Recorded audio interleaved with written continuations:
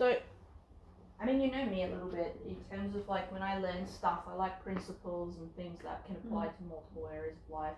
I found my brain is, that's the patterns I noticed as an autistic lady. Anyway, something he says here that really, really hit me on my forehead was statistics tend to distance us from the tragedies that surround each incident because we end up more impressed by the numbers than by the reality.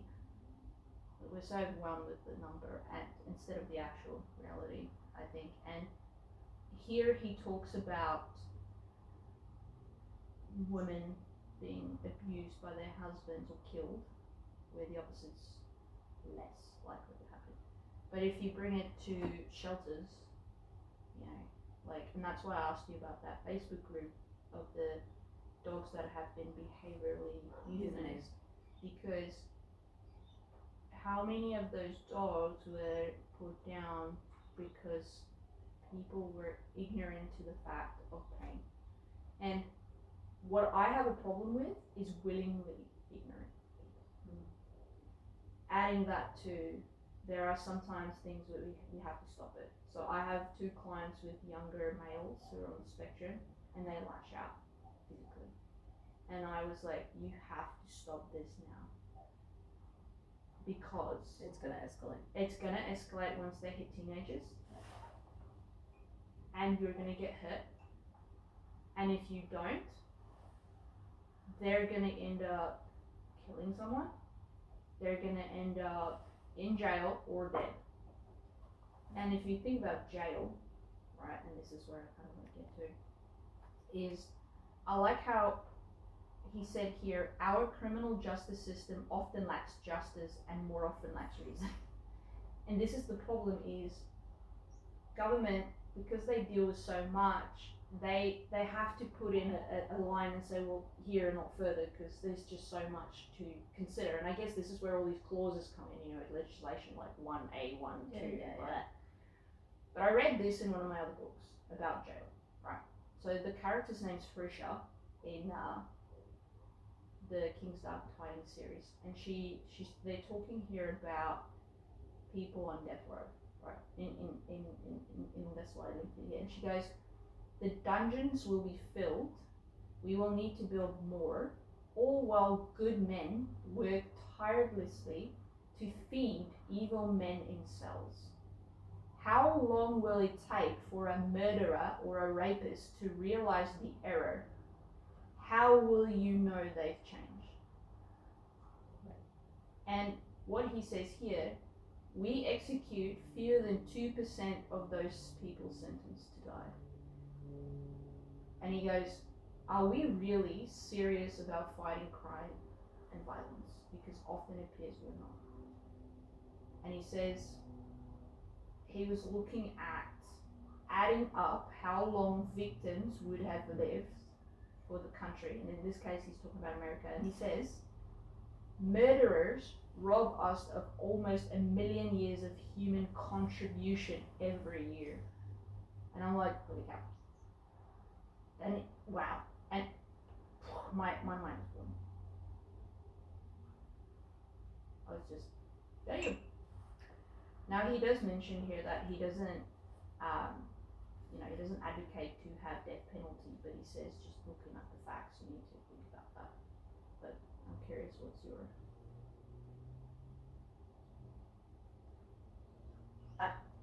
I just find that the whole system, the way we've set up, you know, jails and the rules, that it's sort of like you can't win for losing. There is no like right way. Because I contribute this same principle to rescues. Yeah, absolutely. I'm just as comfortable with humans with saying yes, we need a death sentence, and yes, we need to carry it out. I'm just as comfortable with that as I am with animals, but that's a very politically incorrect view. Yeah. It's unfortunate. So that's why I guess I don't really talk about jail stuff much. We don't much, do we?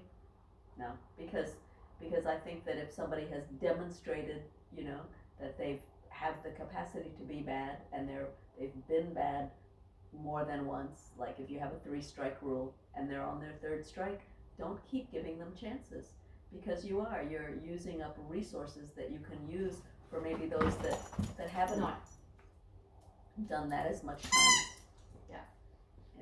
And I guess that's the thing. If I was someone who intrinsically would do bad stuff for my own benefit, I would use that to my advantage and go like, oh, but you're cool, you're not giving me a chance. Absolutely. To fix it. Absolutely. And Absolutely. I've noticed that it's that intention that comes across. Yep. And I personally have seen people once they find out I'm a Christian, they actually try and use scripture against me so they can manipulate me for their benefit. Correct. Well, it's the same thing with statistics. You can manipulate any statistics to suit your purpose. And so you can numbers are totally non-emotional. That's so right. you can manipulate them. And what I love you saying about that is the same science. So, and this is something I find interesting, and maybe you can correct me. But if I'm doing a scientific experiment, right, for whatever you want to do, I have to limit the variables, right? So I can have the same outcome. And every variable you start adding makes it more and more complicated, right? So it's fairly easy to find studies that support my point of view. Absolutely, always. Because the scientists are still human. Always. And biased. The reason I pulled this out was you were talking earlier about young men in the justice system. And this is one of those cases where Sue Headley at SAFE is always sending me stuff that she's working on or mulling over just to get my input. And she sent me a whole spate of stuff yesterday, and I thought, I've read it all, I don't really have anything to contribute, and I file it. And right away, one of the things applied to what you were talking about. She's trying to come up with a statement talking about why relinquishing is not always bad.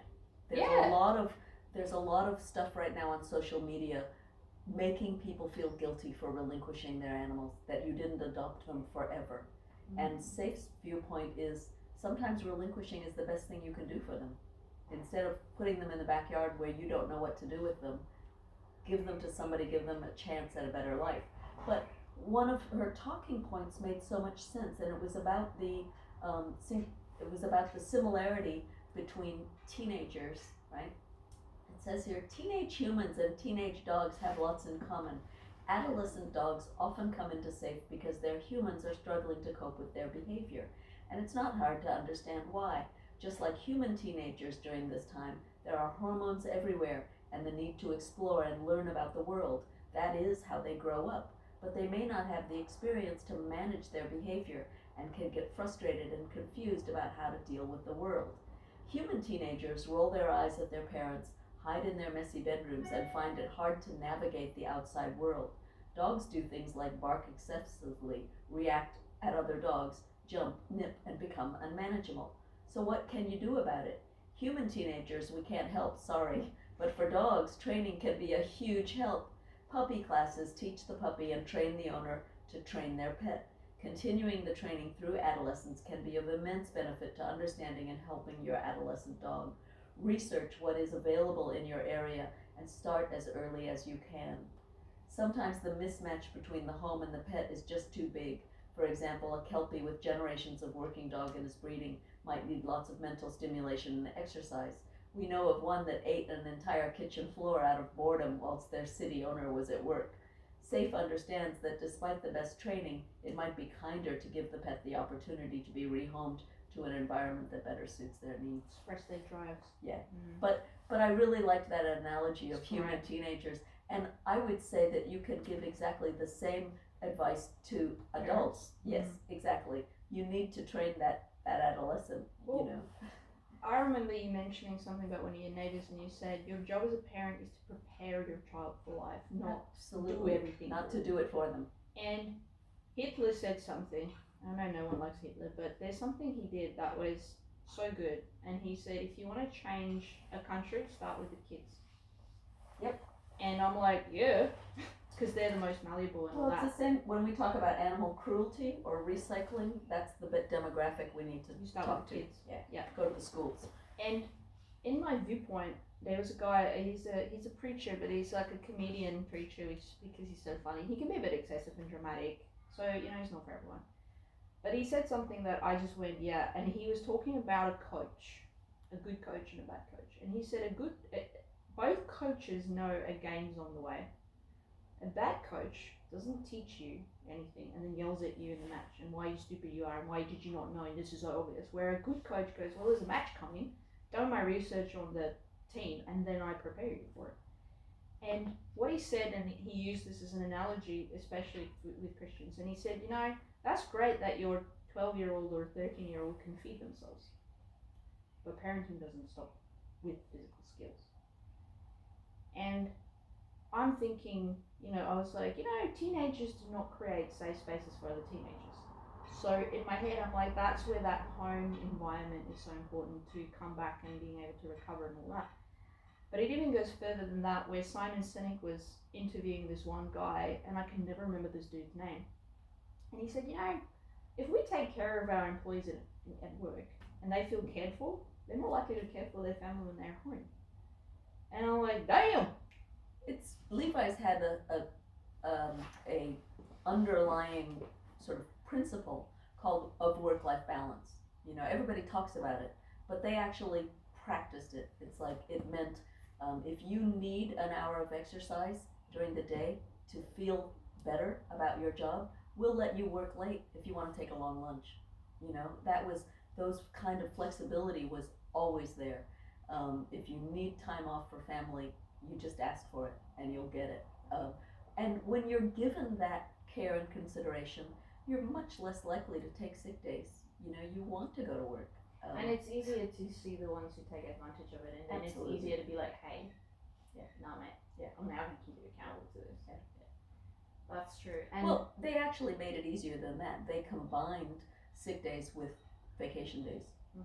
If you need to take them anytime. No, not like you don't have to give me a doctor's note. You just say, I want leave. That way. And the trade-off is that you've got a certain amount. Well, no. The trade-off is they pay you out at the end of the year for any you didn't take. You can roll that time over, so you don't lose it. You don't lose it. And then you realize who really is sick. No. Yeah. And if you do have like a chronic illness and you get the doctor to back it up, they'll give you more time. Oh, that's pretty cool, because that person, when they're good, will do it well. Like if they're intrinsically motivated. Absolutely. Yeah. And it just brings me back to what I read in The Compound Effect of Darren Hardy, where he said, knowledge is potential power. And what's that? Is it an adage? I don't even know. I heard that word somewhere. Talk is cheap. Yeah. That's great. Anyway, I guess this is called philosophy, right? Yes, this is.